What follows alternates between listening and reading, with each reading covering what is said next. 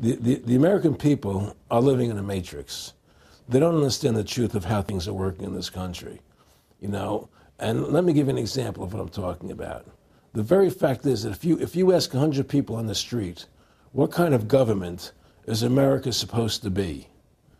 99% of them will tell you a democracy. America is supposed to be a democracy. But that's a lie. That's an illusion. The word democracy is not written into the Constitution at one time. It's not in the Bill of Rights. It's not in the Declaration of Independence. The Founding Fathers hated the idea of a democracy. They thought it was the worst form of government there is. And I agree with them.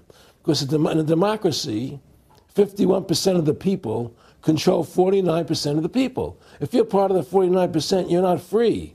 America was founded as a constitutional republic. And in that constitutional republic that we have, 99% of the people can't take away the rights of 1%.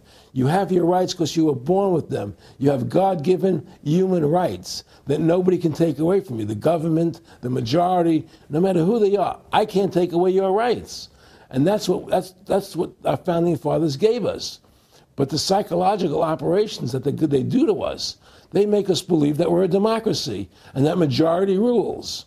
You see? And they want you to believe that. Because then they tell you this poll says this many want this and this many want that and this many want this. And it doesn't have anything to do with anything. Well, Hitler was elected. Hitler was elected. Hitler did everything legally. And in a constitutional republic, a minority is protected against a majority. Wasn't it Benjamin Franklin, to paraphrase, that said democracy is two wolves and a sheep voting on what's for dinner? Exactly. And then he also said, in a republic, the sheep would have a gun to protect himself, you know. And that's the truth. America is not a democracy. But you ask the most intelligent people, what form of government America is supposed to be, they'll say a democracy. Because that's what they've been brainwashed. They've been psyoped into believing that. They believe that we're in Iraq. They believe we're in Iraq to promote democracy. The word democracy, you hear George Bush saying democracy means freedom. No, democracy equals New World Order. Democracy equals slavery. The word democracy is not synonymous with freedom. It's the opposite of freedom. Democracy is the worst form of government you can have because it's majority rule. And the government can tell you exactly what they want to tell you to do because the majority wants it. I don't care what the majority wants. I live my life as I choose. And if I don't commit violence, theft, or fraud against another human being, I can live my life as I wish. That's my choice. And if I'm allowed to make mistakes, because when you make mistakes, you learn from them. You grow as a human being. We're put on this earth to become the best individuals we can be, to fulfill our God-given potential, right? We're not here to put on this earth so that the government can tell us how to live our lives and what we must do. We put into these systems and these paradigms. No. The same thing in health. You know, if you're sick, you have to have a certain protocol. Nonsense. You know, be individuals. Think for yourself. Have critical thinking, you know. And so what's happened is that because they've taught everybody that we're a democracy, which is not true, now, so then in 1913, they bring the Federal Reserve System into being, right? And now you have this Federal Reserve System, which then in 1913 got the right to create money for the government. When before that, the government created its own money. Now the government, when it needed money, had to borrow it from this private bank called the Federal Reserve, which is a private bank owned by individuals, incorporated in Delaware. And so what happens is now the government borrows money from them to fund the government. Then the government says, well, we have to pay these people interest. How are we going to pay them interest?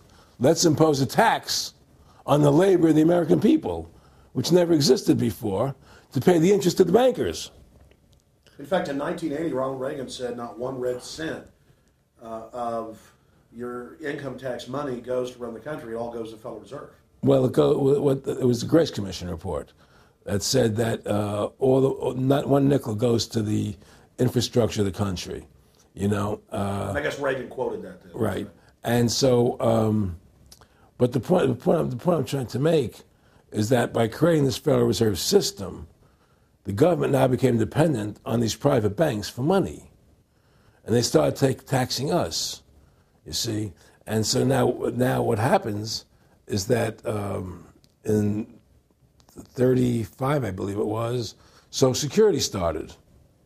And they gave you Social Security cards, said not to be used for identification, the Social Security number right on the card, right? And through Social Security, they started deducting money out of your paycheck. That was the first time they were ever could take money out of your paycheck, because people agreed to it because they thought it was going to their retirement fund.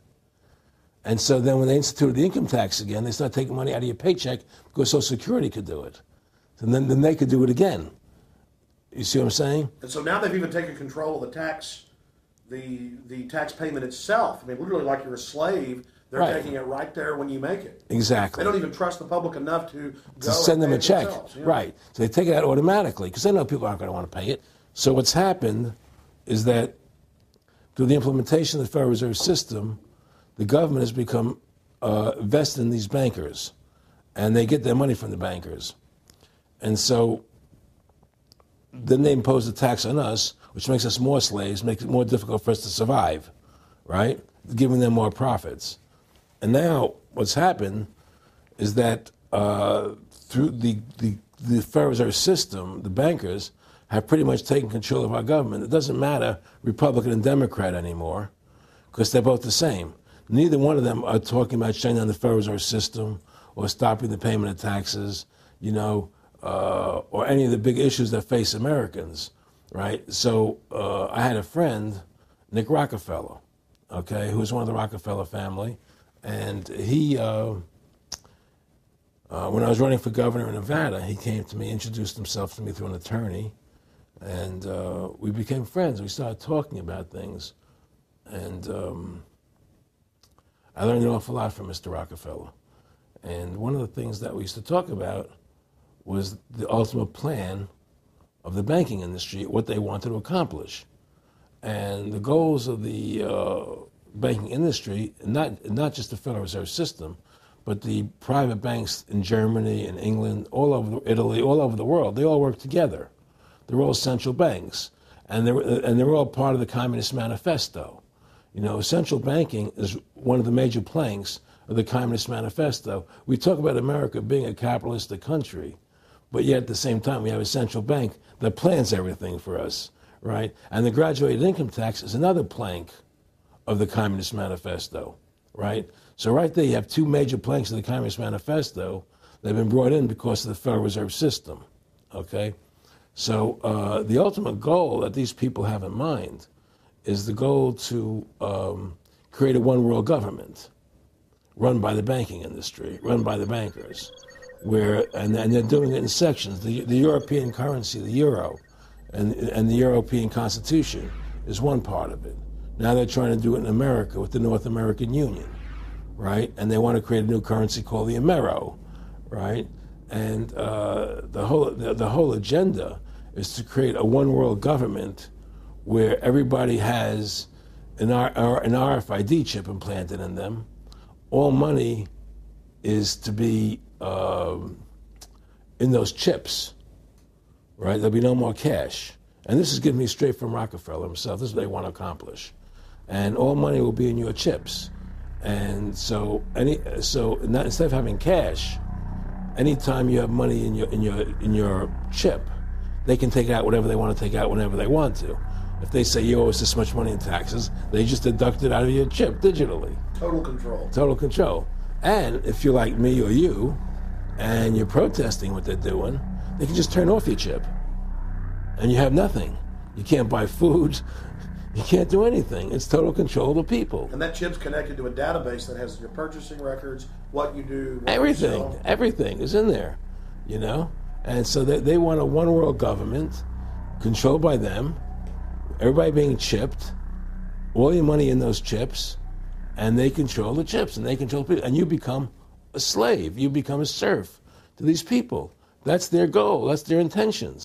More than a decade ago, I began getting secret government documents, and we published them, where the feds were training the local police and the military that gun owners, conservatives, people that made frequent references to the U.S. Constitution were terrorists. That's a quote.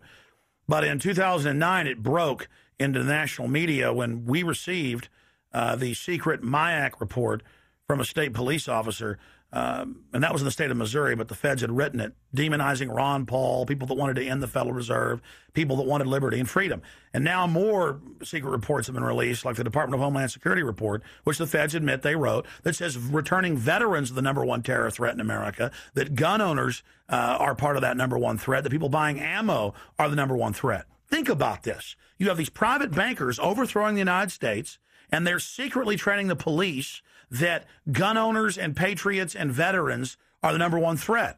So they're saying the American people that follow the Constitution and Bill of Rights that will actually stand up against this tyranny are terrorists, because they are the terrorists. They are the criminals coming in with a corporate takeover, a hijacking of the nation.